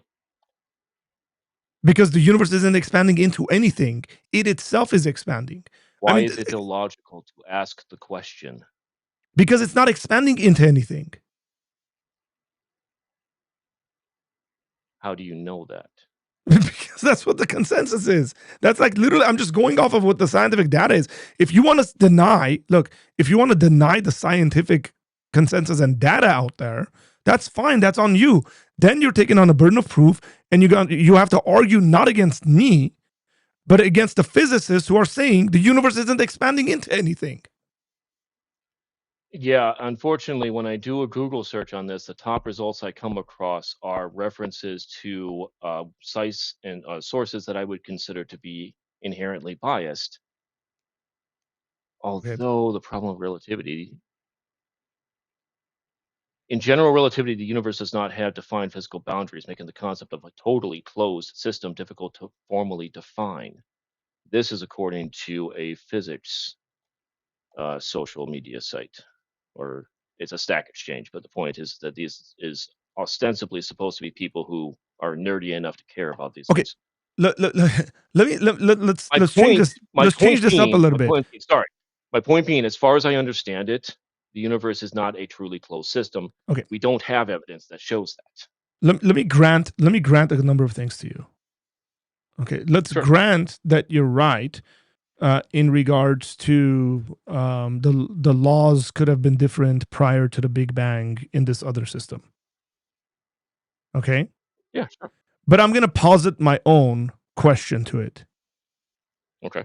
Okay, and what I would posit is to say that they aren't different; they're exactly the same that they are in our system. Okay, so what one of the Argue things that that against would it. mean is that one of the things that that would mean is that there is actually time, so we can talk about it, and that there Correct. can be a sequence of events. Change is a constant. Mhm. Um, okay, I can wrap I my head actually around would that. have more evidence on my side because I would argue that the continuity from the prior to the present has brought about the present. And so all the laws and all the things that we have in our system was true of that system as well. That's why we were able to get here. Do you like TV, watching cartoons and stuff like that? Um, yes. Okay, Futurama. You ever seen that show? No, I've seen clips and stuff, never watched it. I would recommend it myself because it's Yeah. quite entertaining. They did a whole episode where they just time traveled, but it was like the way the machine was built, it would only go forward in time. So in order for them to like get back to their original starting point, they just went forward really fast. Yeah. By the way, that is actually scientifically accurate when you think I about think it. that's about. No, I agree. I agree exactly. Kind of sort of my point that it is. And I would Yeah. suggest that that actually has more data to support it than any other visit, because you're talking about organization as though it like means something. Because yeah, if you roll the dice enough times, you're going to eventually see patterns in them, but they're still random. Yeah. But what you're doing with the dice is extremely limited. Your options aren't an infinite amount. You're Yeah, actually arguing for a but closed this is system. why. But isn't this what? No, no, no. You can have infinity inside of infinity. That's true. Yeah. So that's infinity is not a problem. Yeah, but what See, it is, that's ultimately where we're going with this. That's you can ultimate. mathematically have it. Yeah, you can mathematically have it, but you can't have it in regards to time.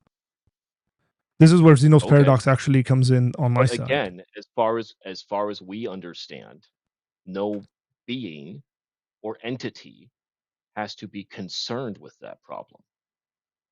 Which problem? In Zeno's paradox, the reason that it works is because he's talking about a person who is taking a physical step. Correct. across the ground. Yes, you can cut that distance in half an infinite number of times, but that person can still traverse that distance. In this Correct, because it's analogy, space, it's you not no, time. in this analogy, you and I, we are not the person. We exist inside of that linear Okay, span of you're time. confusing time and space here. That's the problem. Nope, I am absolutely not. Time and Okay, so space are space inextricably because linked we're limited by space, you can because that's traverse according it. to the universe. No, according to the laws of our universe, space and time are inextricably linked.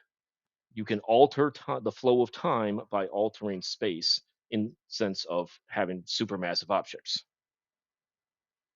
Yeah, that's granted. I'm not denying that. But what I'm saying is, Yeah, okay. if you're gonna travel, if you're gonna travel from point A to point B, say I'm So traveling from if we stick to the analogy, you and I are never traveling from point A to point B. We cannot leave our yeah, little that's where half Zeno's of paradox actually fails. That's why, like you said you and earlier, I and you were right. exist. You and I exist inside of the little half. We cannot traverse from A to B because A and B are not even anywhere close to us. Okay, And we don't know that A and B even exist. well, I deny that. But See, let's move on to something else because you said again, something that I'm interested in. If thank that's you. okay. Okay, Okay. what else? Um, you said you're an engineer. Correct. What kind of an engineer are you? Industrial. So I work in manufacturing. Okay. So can you just give me an example of what it is that like you actually do? Like, Oh, it's in the marine industry. Boat motors is our primary so trade. you But guys are all building we stuff. yes, building. I'm assuming you're building complex working machines. Are we going to go with the watchmaker fallacy?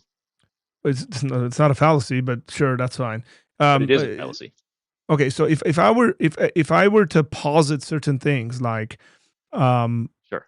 questions like I see one of you the boats you guys have created, and I said, how do we know this boat didn't just like always exist in a different form and it was Because reconstituted because here?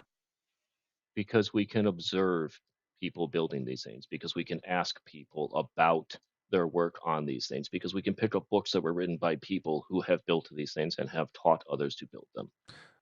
Would it be We have reasonable for all human history yes? backing up our understanding of the fact that humans build things.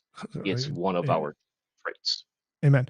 Would it be reasonable that if I saw a boat that you built, for me to conclude that another boat that I saw that was already completed, for me to conclude that that boat was also made by other humans, even though I never Yes, and saw you're it going being to try created?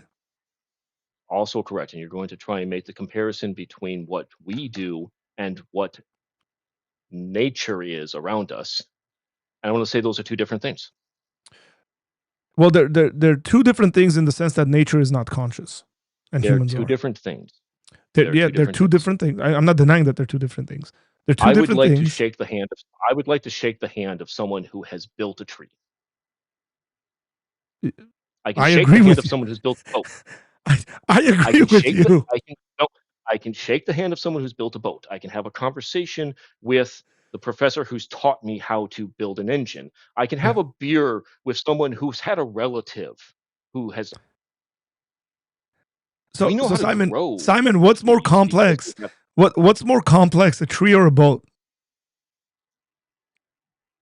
you're slipping into the argument from ignorance or incredulity. That's the sorry, it's not ignorance is the one I want. Yeah. Incredulity. You're In slipping what into the sense? argument of incredulity at this point. In what sense? Well, that's what sorry, there's multiple ways of looking at it, but I can't understand this thing, therefore God must have done it. That's not no. I'm not positing God of the gaps. I'm just asking. Hey, you were just asking a bunch of questions, so I'm now doing the I'm question well asking. aware of the fact that I'm well aware of the fact that one thing might be more complex than the other, but I would also argue that complexity is just an idea. It's just something that we apply in a way to oh, this pen is more complex than this coaster right here, Hmm. okay? Yeah, Yes, it but is. you know what engineering went into building this coaster? Because I do. Yeah, I mean that's an extremely simple object, and you So which one immediately is more posit complex? engineering behind it. Which one is more complex? So hang on. You looked at the You coaster wanna and tell you me the said, tree is more complex than a car, no, the point I was are going to they? make is that the universe is more complex than anything else you're talking about and thinking about. But somehow you're positing a conscious mind behind the universe.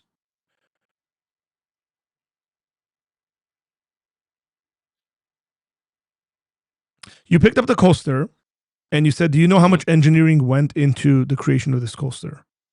And I agree with you. Quite a bit of engineering went into creation of the coaster. But you're looking at the universe that is arguably infinitely more complex than the coaster you're holding. And it was so easy for you to posit engineering behind the coaster. But when you're looking at the universe, you're trying to find a way that there's no engineering behind it. And I think that's illogical. So, okay, hold on a second, because I think I might have just had a brain fart or something. Just remind me, because I can be full disclosure, I'm an idiot, okay? Oh, you don't sound like one at all. I know, but, like, I can be pretty stupid sometimes. That's okay. Um, let's reaffirm, what position are you ultimately taking? Like, do you believe in God or not? Yes, I believe that God You is do the believe in God, cause of the okay, universe. Yeah. okay. Because for some reason, the way that you asked that last question made me really think, "Damn, that sounds like something an atheist would say." Did I get really confused and hoodwinked somehow? He's like, have we been arguing about something we actually agree on? Um, Yeah, that would be weird.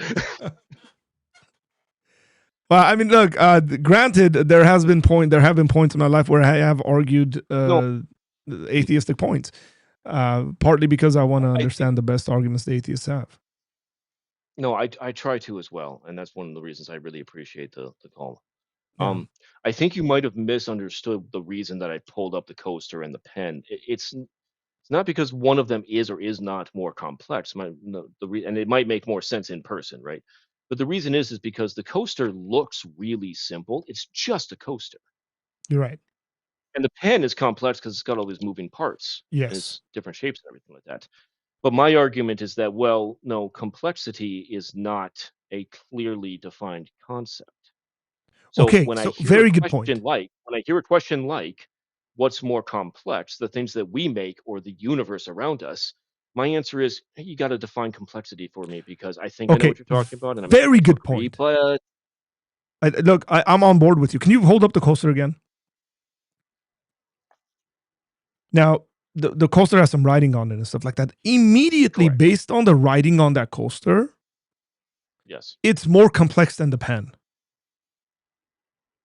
Because not only is it the shape and intent that there's behind it and all that stuff, but we might not know the intent. I mean, we can find circular objects in nature and then take them and use them for whatever purposes. But the fact that that has writing on it is now communicating information that very clearly Information can be tells us, communicated huh? information can be communicated through through means other than just writing. I I agree agree. with you. I agree with Yeah, you in the sense. I agree with you in the sense that yes, writing is absolutely significant. That's what gave me pause because you're right. You're right. I agree. Writing is important.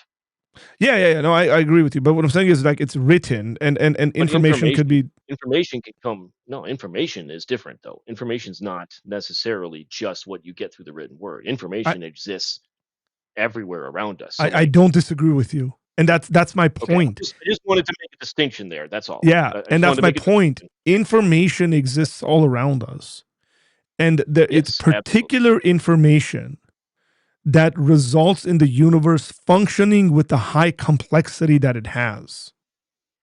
Here's a I just had a sudden thought, maybe a different way of looking at it. Just like a different kind of question, right? Sure. How could we tell the difference? How would we tell the difference between a universe that is just completely random and one that was actually organized? And the reason I ask that question is because I'm skipping a couple steps in my head. Hmm. And those steps are, is the universe organized or random?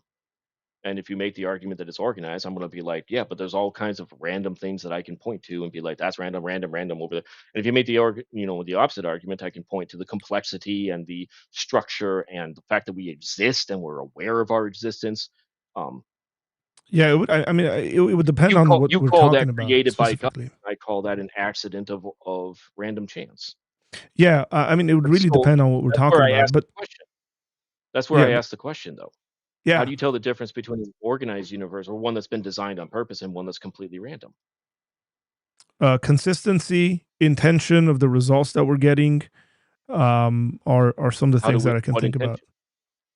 intent? Who's defining the Well, intent? when we look at it, when I'm using intention there, I'm using it loosely, by the way. So it's not getting hung up on that. I'm not necessarily positing God's intention or something like that. Like the mechanistic, you can Okay, even got argue that it's a mechanistic intention, right? well, Um, but doesn't that still imply that there is indeed some kind of intent? And what I'm arguing in return is that no intention. yeah, that's like me looking at the What boat is that it? you've What is created, it and that I makes you go, think no intention. what? Okay. The boat analogy. I like that one. That might work. Analogies are fun, right? Most most of the time, Oh, not, but sure. thank you. If I make a bookcase, let's say I'm a carpenter and I make a Hmm. bookcase and I give it to you as a gift, Hmm. and then I come over to visit, or I'm watching you stream, whatever. And as I'm watching, I'm like, man, why do you have your feet up on the bookcase? Why is it Yep. laying on the? What are you doing with that? And you're like, no, this is a great table, dude. What are you talking about? It's not a bookcase. I love this table you made though. It's freaking awesome. Yep. What's the intent? Assume that I'm no longer just you tell that story to somebody else, whatever. It doesn't. My point is, I'm trying to separate myself from the situation and then go with it's the authorial intent argument. If you have an author who's dead, how can you know what their intent is if they don't tell you? Well, in literature, we would argue by whether there's any internal evidence that tells us about the intent that the author's communicating, We would whatever it is that they're we would communicating. point to the text. We would point at the text itself and say it says this here, and this here, Correct. and therefore we can string them together. Some critics will do that, and then they'll also go, here's extraneous texts from the same author, from other people. Sure. These are all different forms of evidence. Yes, of course. Yeah.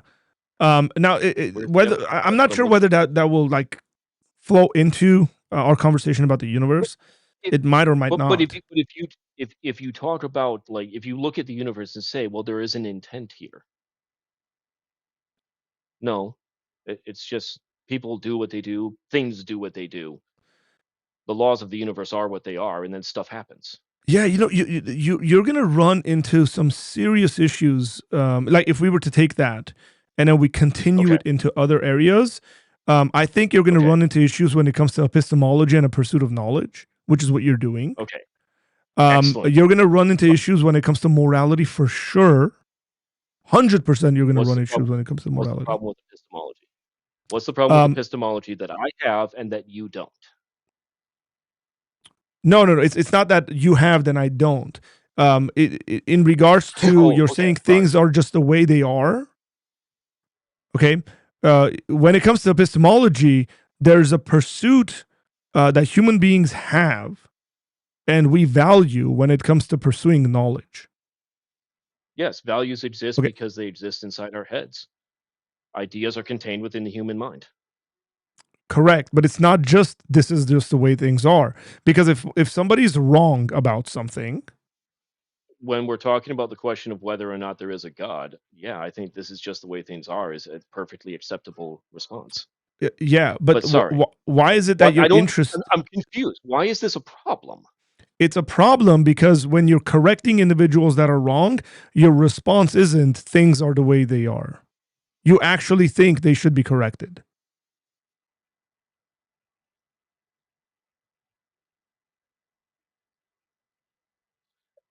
Is so have you taken offense to something I've said?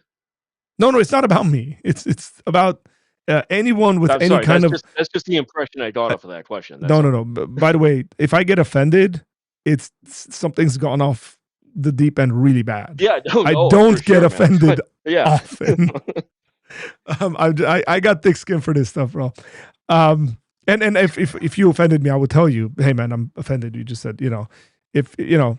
I guess Generally speaking, if I you're guess I not just don't involving like understand. my wife and my family and my parents and all that, and you say all sorts of crap about me, I'm good No, with man. that. But No, yeah, man. that's where the offense would come in. I don't know you well enough to get your family involved. That's a completely different kind of Yeah, relationship. I mean, even culturally, man. Like culturally, for me, it's like people just don't bring in. I'm ethnically Armenian, by the way, and so like we just don't go anywhere near Oh, yeah. anyone's family or children and stuff. So, I Oh, got that's this thing. What I was saying is that when we correct people, you got individuals that have false beliefs, right? Like you and I have false beliefs. yeah, no, I would We agree we with that. don't know what they Yes, I are, do. but we have false beliefs. Yeah, I do. I personally want to say that I think sometimes people do know that their beliefs are false, but they cling on to them anyway. But that's a really complicated answer. Correct. Yeah, You're yeah. correct for the most part. We don't But know we would because we we would don't have want to be corrected on we, our false beliefs in pursuit of truth. I disagree with that. We You, would you, want to. You oh, yeah. Okay. you You and mean I. you mean there might be some people who might not be. Oh, what just happened?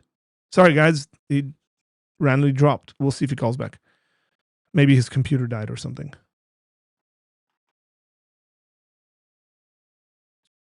Okay. Hey, I hope you guys have been enjoying that conversation. We had a bunch of people watching it for a very long time.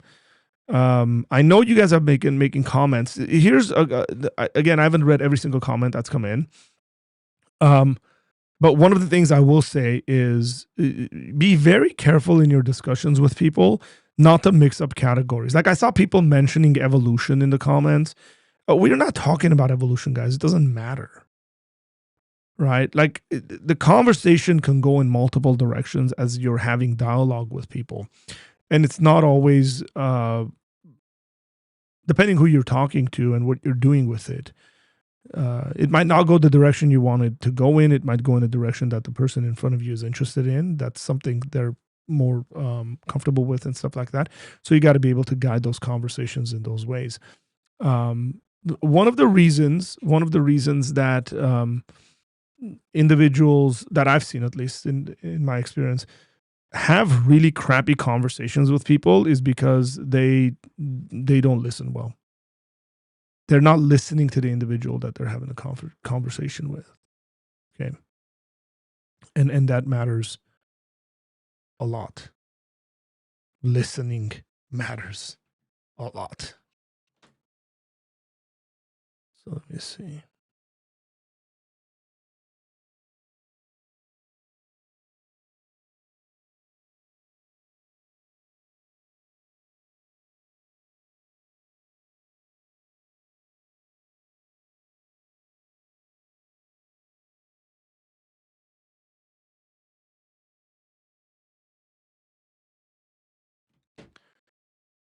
Okay, chat.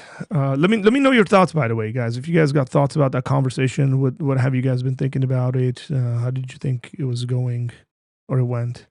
My assumption is, by the way, that Simon's laptop died. Jerome says, "I hope you two talk again somehow." I'm pretty sure we will.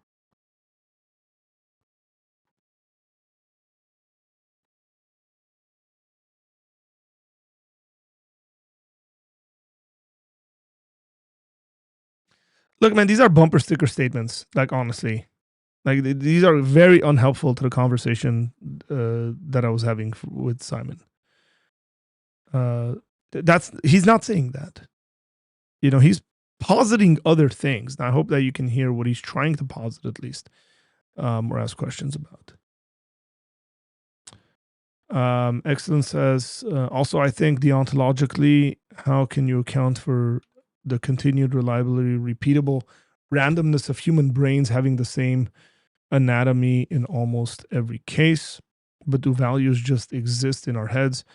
Why do we share or even recognize values amongst us? Or I would even say, not only why do we share or recognize, why do we expect values?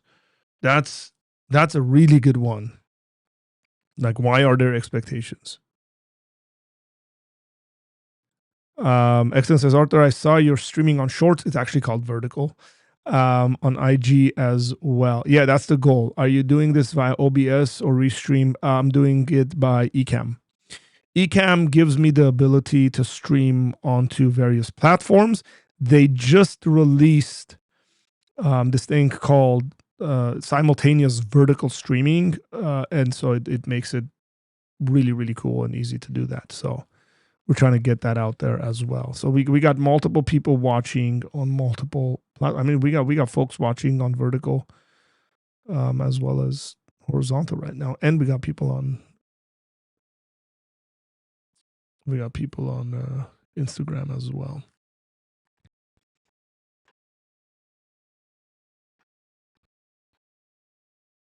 What was the first thing we spoke about, dude? You got to go back and watch what the first thing was that we spoke about.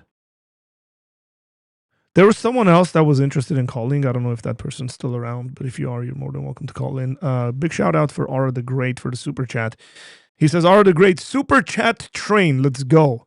And nobody has followed Ara the Great on super chats. The other day, when we were streaming at night, Tom was shamelessly asking for money. I don't know if he's still in here. I know he was in the chat earlier. He was like, y'all need to support this ministry and all that. And yeah, we definitely appreciate the support. We did lose a pretty decent donor this month. So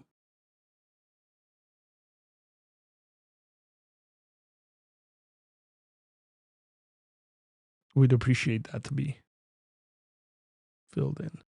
Patreon.com/Apologia Center. Guys, patreon.com/Apologia Center. If you want to support the work that we are doing. And big shout outs to JP Uncut, who ended his stream and sent a bunch of people our way. Really appreciate that. Working on something with JP, and we got a number of subscribers from that. So we're 4 away from hitting 10,100 subscribers. And yeah, appreciate that. I wasn't planning on talking about the existence of the universe. Because I put what Jesus died and resurrected, and then we ended up talking about cosmology. So I'll change the title of the stream when I finish it. We're at 1 hour and 48 minutes. Okay.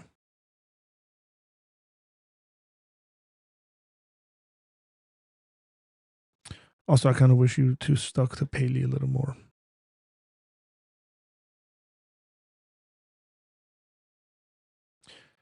So this is a new release, by the way. Excellency says, I didn't know that they let you set up different layouts for vertical and horizontal. Have you heard of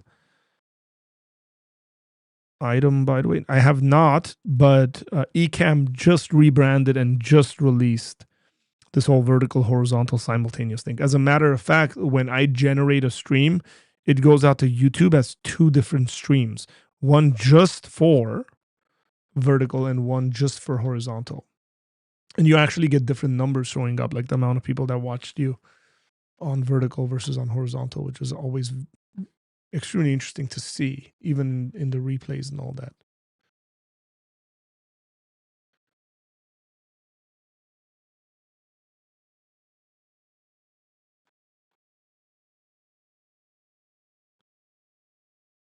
It is Good Friday today, by the way, and I am speaking tonight at our Good Friday service.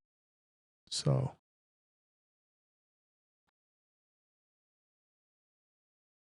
I will leave a bit sooner. That's why it's probably why I started the stream at 12:30 versus like 1:30 or something like that.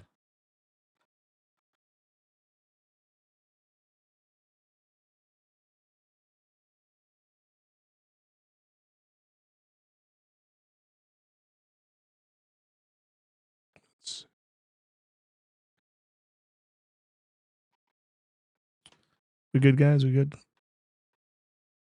Matthew says, I was watching JP griping about LDS over on his channel. Such a drastic shift on topics. Yeah, that's true. By the way, I was at the Bless God Summit. I was live in the audience for the debate. I was live texting when the debate was happening, live texting. the wise disciple, Nate Sala, the debate teacher, and me and Nate were going back and forth in regards to what we were thinking about the debate. Um, and I had thoughts, and I shared it when we got back, and I did a stream, and I shared a couple of the thoughts that I thought about it. I haven't really reviewed the debate, but to put it in short, a little bit about the debate between Jacob Henson, and I've talked to Jacob, and hopefully we'll have Jacob on this channel. I'm trying to set up a debate between Jacob and someone else.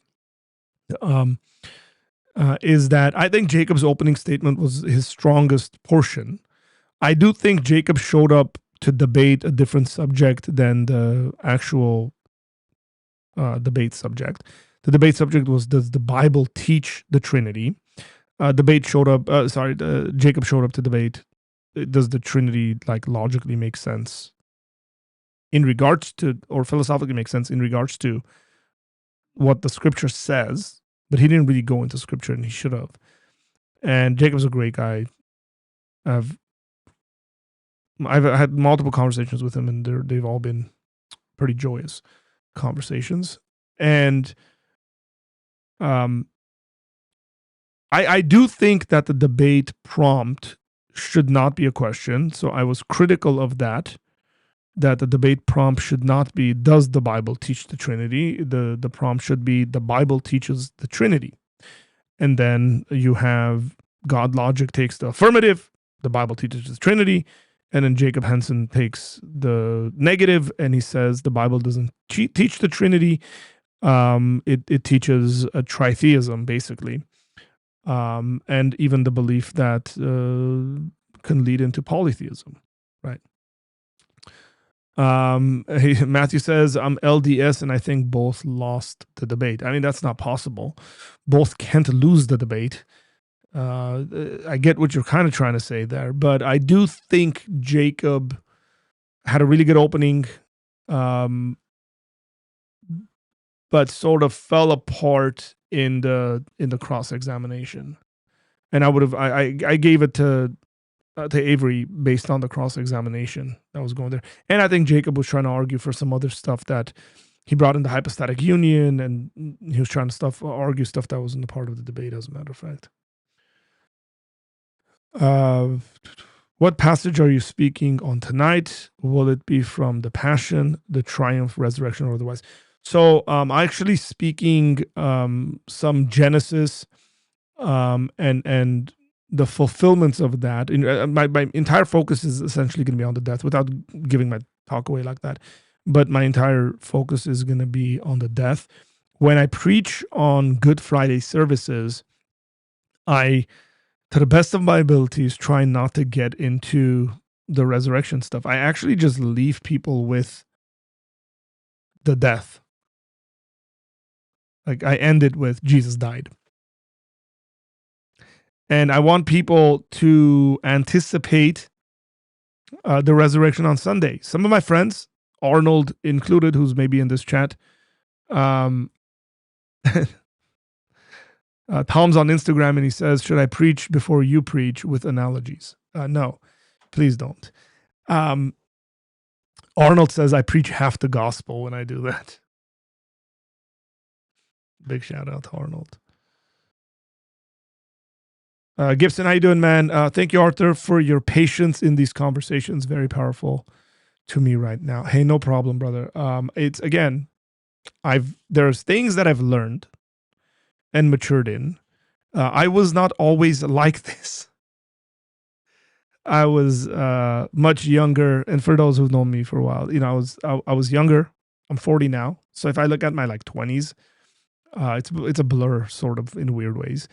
If I look at my 20s, I was a lot quicker to respond to people, try to get my point across, up one them or something like that.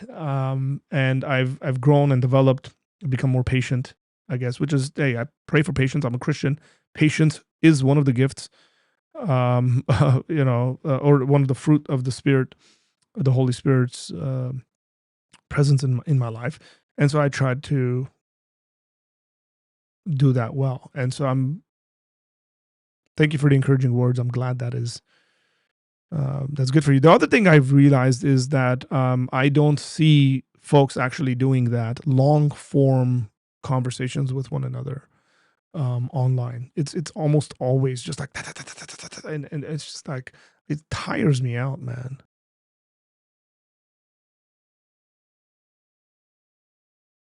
Why did he say that was a fallacy and you said it wasn't? I don't remember what that was specifically in response to, so I can't comment. Will my church be live streaming the service today? I don't know. Those people who are in charge of that might be in the chat. They might let us know.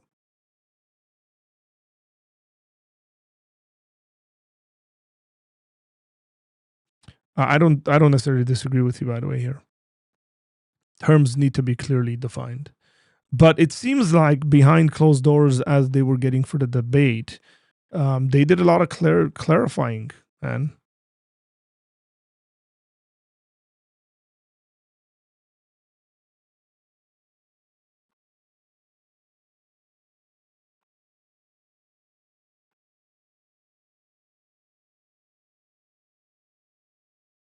Um, I don't know how long, how much more I will be going. Actually, probably not longer. Matthew, why don't you subscribe to the channel and then maybe one of these other things you'll call in and have a conversation with us.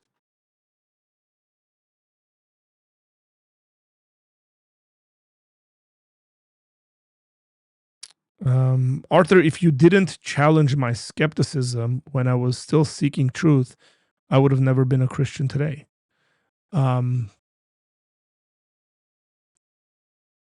Thank you.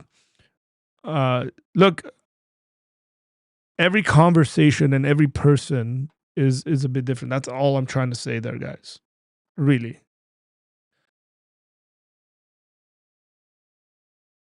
They mentioned the reduction to absurdity fallacy.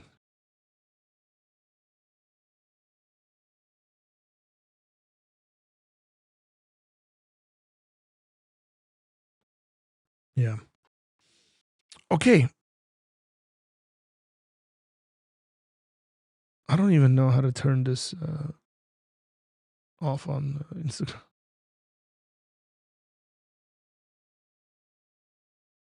Gotta figure out how you end the live on Instagram.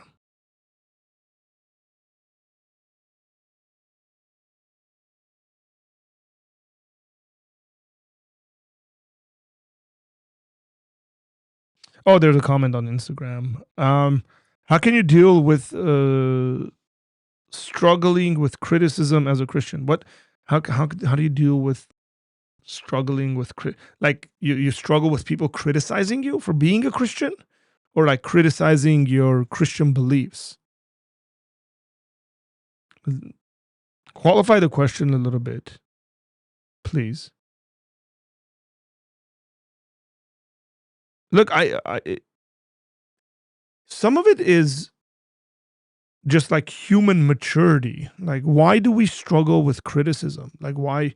One of the things I can think about as to why people would struggle with criticism, and I mean that both like criticism in the sense of people criticizing you or your beliefs, is that you might not be as secure in your beliefs as you think you are. And the reason a person might struggle with that is because they're being criticized on things they hold dearly, but they don't have really good grounds for holding it. And I would say maybe you might want to study the reasons you believe what you believe and see what that looks like. It might be kind of a psychological thing, developmental sort of, right? Like, I don't know, you grew up in a home where you're constantly criticized. You have highly critical parents that like criticize every little thing. And then now you have sort of anxiety over being criticized. That's a possibility. It could be like a psychological sort of conversation. Since I don't know you well to get into the nitty gritties of that, but those might be a couple of things to think about. No, just like overall criticism, like whenever you try to help people without sinning. Yeah, I mean, again, there's a reason why I think it's probably a good and healthy thing to see a counselor, maybe a spiritual director that could help you with these things. Seeing a psychologist would be helpful to kind of figure out why we're the way we are if you struggle with a number of these things, because it seems to me that it's very possible that a lot of the things that Christians struggle is more on like a human level rather than a Christian belief level of why they have all the issues that they have. Um, and I've seen that often, people coming out of highly critical families struggling with stuff, people coming out of families that like all, there's constant criticism of their identity, struggling with identity. I mean, I can sit here and go on for days talking about why people go through these things. But it does become, there's an aspect of kind of maturing and growing and then being confident in your own skin to not allow those things to bother you.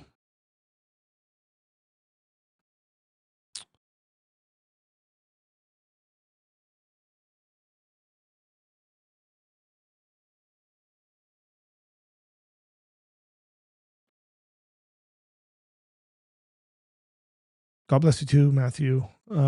People don't think logically. Instead of thinking what is true and what is lies, they prefer I'm right and you're wrong. That's a really good point. That's a really good point. Edge of truth. Yeah, I mean, you want people. The only difference I would put there is that it's not that people don't think logically; is that I would say people don't think objectively. And so instead of that, instead of thinking objectively, what they're thinking about is trying to prove I'm right, you're wrong, and then get on with their lives. And I think that's probably problematic. You're very welcome. Simon said the watchmaker argument was a fallacy. Yeah, I don't. That's interesting. That doesn't even make sense. The watchmaker argument is just a way to show special pleading of the interlocutor. Yeah, he said the watchmaker fallacy. And I give him benefit of the doubt there, obviously, because I'm not going to say, well, it's an analogy. It's not an argument for it to be. It's not a fallacy for you to call it that. The conversation in regards to the watchmaker or the watch is that the watch has complex parts and those complex parts all work together. And if you were to take any of those parts out, it would stop functioning. And so it becomes analogous to the universe with all the complexities in the universe, and it functions the way it does. And if you were to remove those things, then you essentially get a broken sort of system. And he's saying that's fallacious thinking. I would want to know which fallacy it's actually committing. That'd be interesting to see. Yeah, that might have been the point that came up. Okay. Well, look, guys. God bless you guys. Happy Good Friday. Which is the most insane thing that Christians can say to one another, which is we're telling each other Happy Good Friday on a day where Jesus was crucified. Right? And that has to do with the death of Jesus. But the reason we can actually say those sorts of things is because Sundays are coming and the resurrection is coming, and we can stand in front of each other in whatever language that we prefer to speak in and say things like, Christ is risen, risen indeed. Right. Christos anesti, alithos anesti, that's the Greek for you. In Armenian, you can say the longer version, I guess. Ortnale harutsuna Christosi is the response. Christos hariav imerelots, which is the first part.